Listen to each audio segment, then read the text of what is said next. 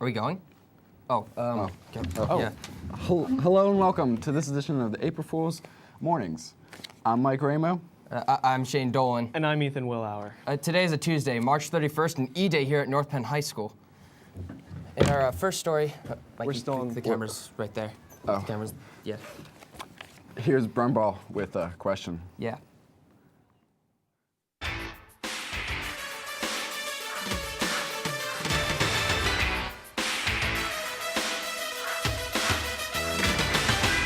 Hey, welcome to this week's Schwuffy Challenge. This week's question is, what is the title of Mr. Brumbaugh's hot new album? Find out the answer when we get back.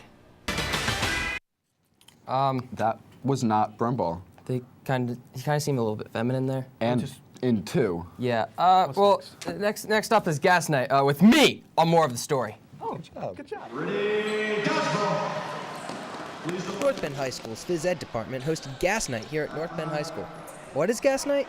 Gas Night is Game Activity Sports Night. This is the 4th annual one. It's a night that the health and phys ed teachers put together, kind of showcase all the great things we're doing in our curriculums. Kids come out for 3 hours of free open gyms. We have the rock wall opened up, pretty much everything. We had a great dunk competition. We ended with a dodgeball tournament, which was awesome. Awesome indeed. Over 100 kids competed in the dodgeball tournament. And don't worry, there were no sore losers. The dodgeball tournament, man. We were competing, just couldn't pull it out. We couldn't beat those swimmers. But I would definitely recommend everyone come to Gas Night. Absolutely. It's a great night. It's free. Can't beat that. Yeah. Come out, play all the sports, have a great time. Absolutely. Everyone did have a great time, especially Team Amigos, who won the dodgeball tournament. Gas Night was a great success, and we'll be looking forward to it next year. Reporting for North Penn Television, I'm Shane Dolan. Fashion show. Were you there? Tiffany Liebel was. She's got the story. The North Penn High School auditorium was a vision of black and white for the annual FCS Student Fashion Show. After a special performance by the dance team and a contemporary multimedia presentation, students took over the stage modeling outfits designed by fellow students. All the fashion reflected this year's theme of black and white, and it was all presented by student models. The event even included a special promposal, and in case you were wondering, she did say yes. Once again, the fashion show was a successful display of all the hard work and talent the students of North Penn High School have to offer. Reporting for North Penn News, I'm Tiffany Liebel. I think I'm funny. Let's see if Wilson can make you funny. Laugh. You're not funny. I am funny. You're not. Wilson's gonna make you laugh. Funny jokes.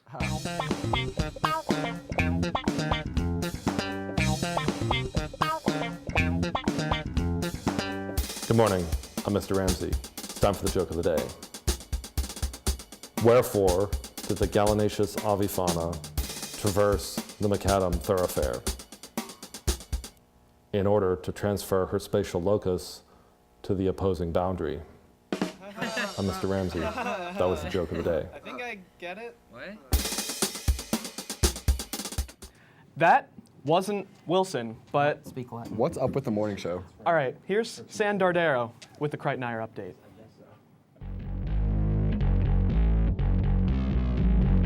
Good morning, everyone, and welcome to another Night Crier update. I'm Dan Sardero.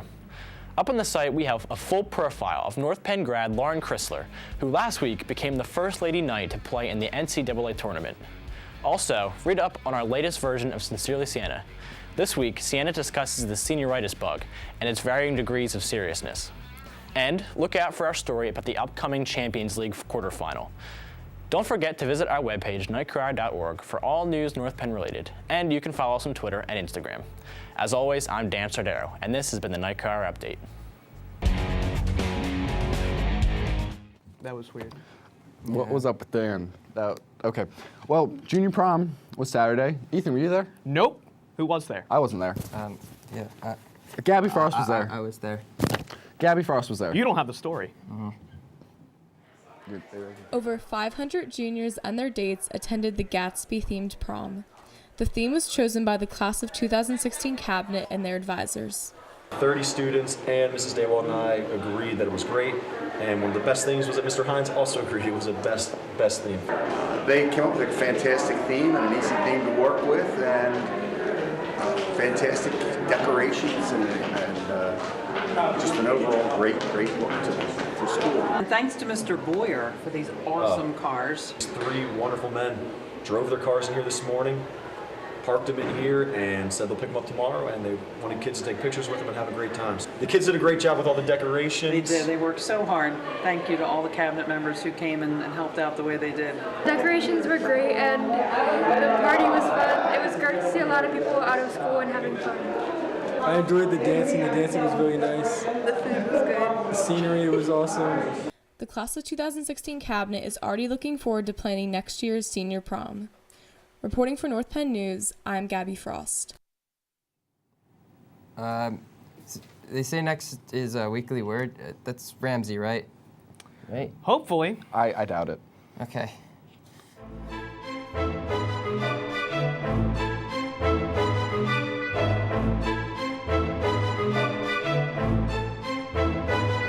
Good morning, and welcome to the Weekly Word. I'm Mr. Brumbaugh, and today's word is capricious. Capricious comes to us from the Italian capriccio, which means hedgehog head. The core meaning is impulsive, suddenly changeable, unpredictable, or fickle. Hey look, a squirrel. And it carries connotations of unreliable, inconsistent, or arbitrary.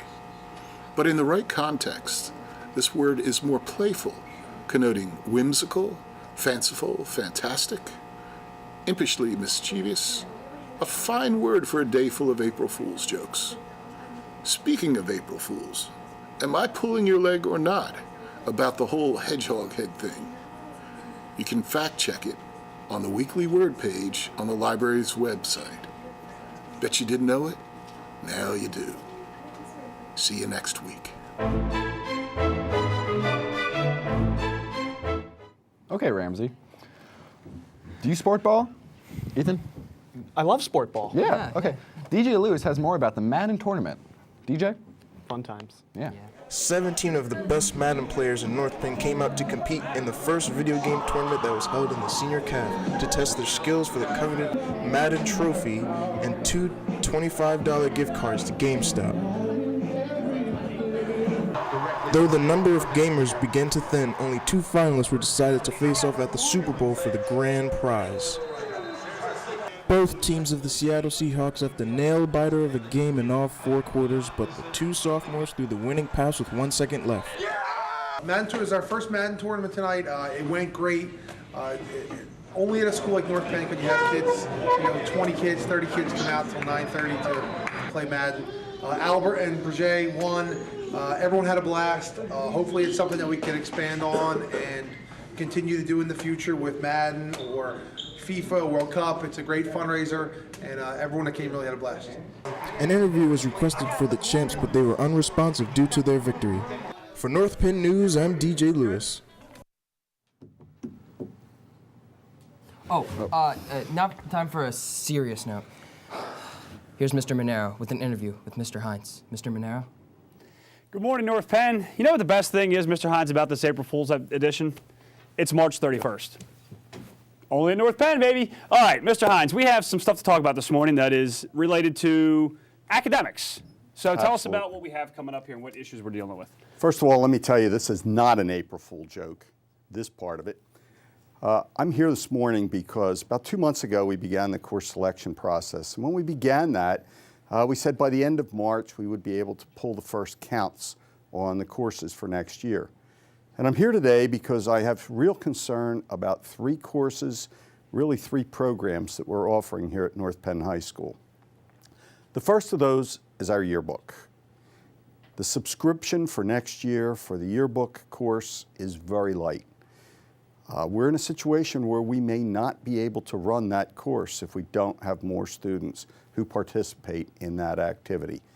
I've looked at this, I've thought about what are the possible reasons, what are some possible solutions. So we'll talk a little bit more about that in a minute. The next course that's of concern to me is the drama major course. Without drama major, our fall show, our winter shows, our spring shows, all the things that we do with drama are just not going to be possible. And then finally, the news journalism course. which is really our night crier, our online newspaper that everyone has come to know and love and count on for immediate stories on what's happening at North Penn High School. And I'm worried. I'm worried that I cannot run those courses because of the light enrollments that we have in them right now. I've got some ideas. In terms of the yearbook, we call it magazine journalism, and some folks may look in the program of studies and may say, well, what is magazine journalism? It's our yearbook. News journalism is our online newspaper. For the yearbook, we've been offering that in 8th period. And along with No School Period 1, No School Period 8, I've been wondering whether that's causing some of the light subscription. It's more attractive not to be here 8th period for seniors than to work on the yearbook. Folks, we put together a 350-page yearbook. That's a mammoth undertaking that requires more hands than what we have currently enrolled. So I'm looking for some support there. I'm looking to move the yearbook into a different lunch period, into a different period actually, so that it connects up with one of the lunch periods. The idea that I have is that maybe I can run yearbook in a way that we run our engineering, design, and development classes, where they're 70-minute classes, so that the yearbook can get some work done tied into the student's lunch period. Another idea that we have with the yearbook is running yearbook on a semester-type basis, so that students could take journalism as a semester course and then maybe take yearbook in the other semester, or maybe some other combination with that. So I'm looking for some different ideas and some different approaches, but I'm looking for students who are going to be interested in doing these things. So one of the things that we looked at is how do we make this happen? How can you make this adjustment if you're interested in it? First of all, today I'm just about finding students who are interested in exploring any one of these options, be it drama, yearbook, or the school newspaper. What I'm asking you to do is email your name, your grade level, and your interest to North Penn TV, NPTV @npenn.org. If you'll do that today, that will at least tell us of your interest.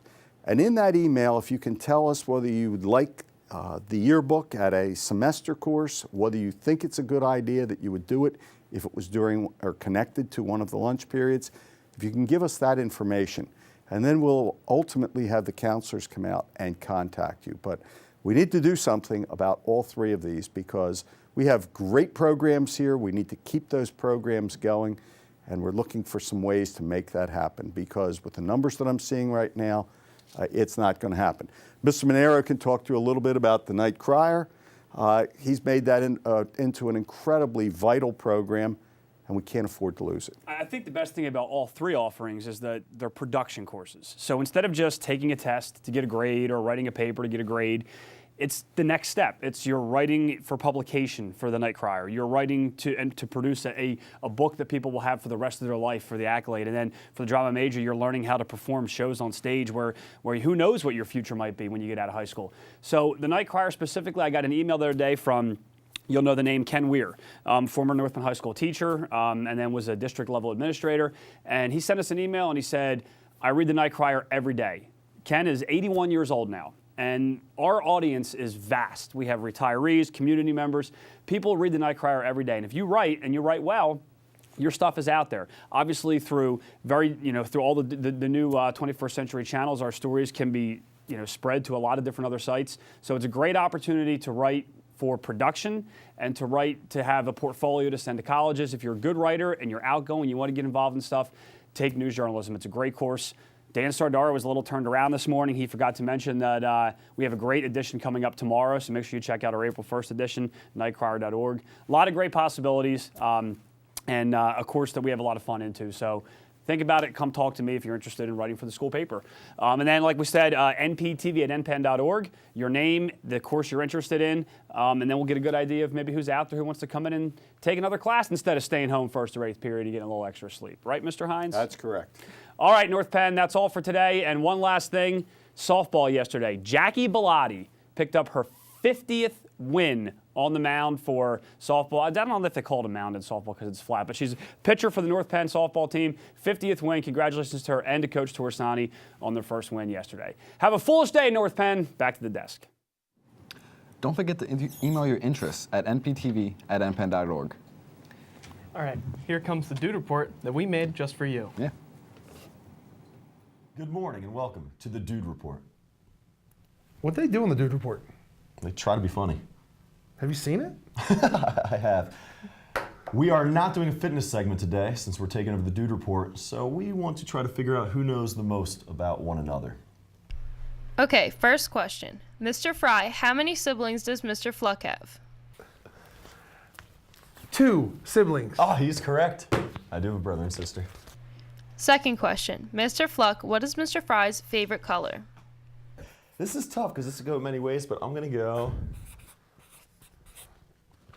green like his big, beautiful eyes. Red is my favorite color. Because of Temple? It's my favorite color. It's a terrible choice.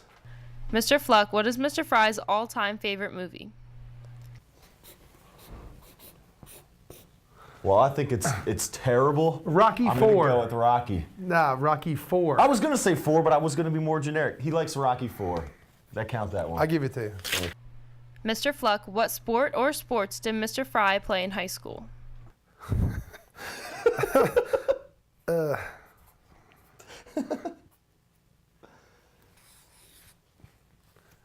None. I played no sports in high school. I know he's a giant now, but he was not back in high school. Mr. Fry, what celebrity does Mr. Fluck most want to meet? You ready? I'm ready. He's always talking about Bradley Cooper in the planning show. Well, he's a fantastic actor. I went Lance Armstrong. Oh, I was going to say that too. Mr. Fluck, what is Mr. Fry's middle name? Curtis. Charles. God, man, I knew it was a C. Mr. Fry, what is Mr. Fluck's favorite animal? Easy. Oh, everyone knows this. They're the most majestic creatures on this earth by far. Elephant. Elephant is correct. If you didn't know that about me, we were not friends. Mr. Fluck, what is Mr. Fry's biggest fear? All right. In high school, it was girls. I'm scared of bears. But now, ladybugs. Ladybug. Tiebreaker, this is for both of you. What do you think is the other's most annoying quality, and answer what you think your own most annoying quality is? All right. His most annoying thing is that he's a mouth breather. Oh, that's mean. What's mine? Yours is that you're cocky. All right. I thought that you would hate my mean laugh the most. Oh, that's a good one. I said sometimes I'm late, by the way. All the time. All right. Oh, we so talked. We're best friends, bud. Good job. True, bro. All right. That's a Dude Report. Thanks for tuning in. All right, so that wasn't our Dude Report. No. You can watch ours up on YouTube later today. Okay, well, we're going to go to the answer now. They're calling themselves Schwuffy. Here it is. Teach me how to Schwuffy? Teach me. No, stop that. Okay.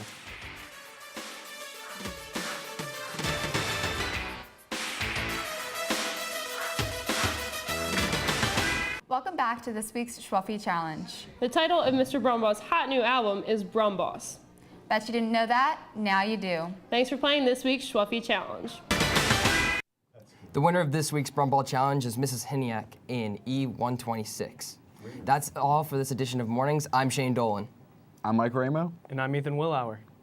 Have an adjective day, North Penn. Adjective. Yeah. End. Wait, were we supposed to insert something there? Oh. End. All right. Are they going to fade to black?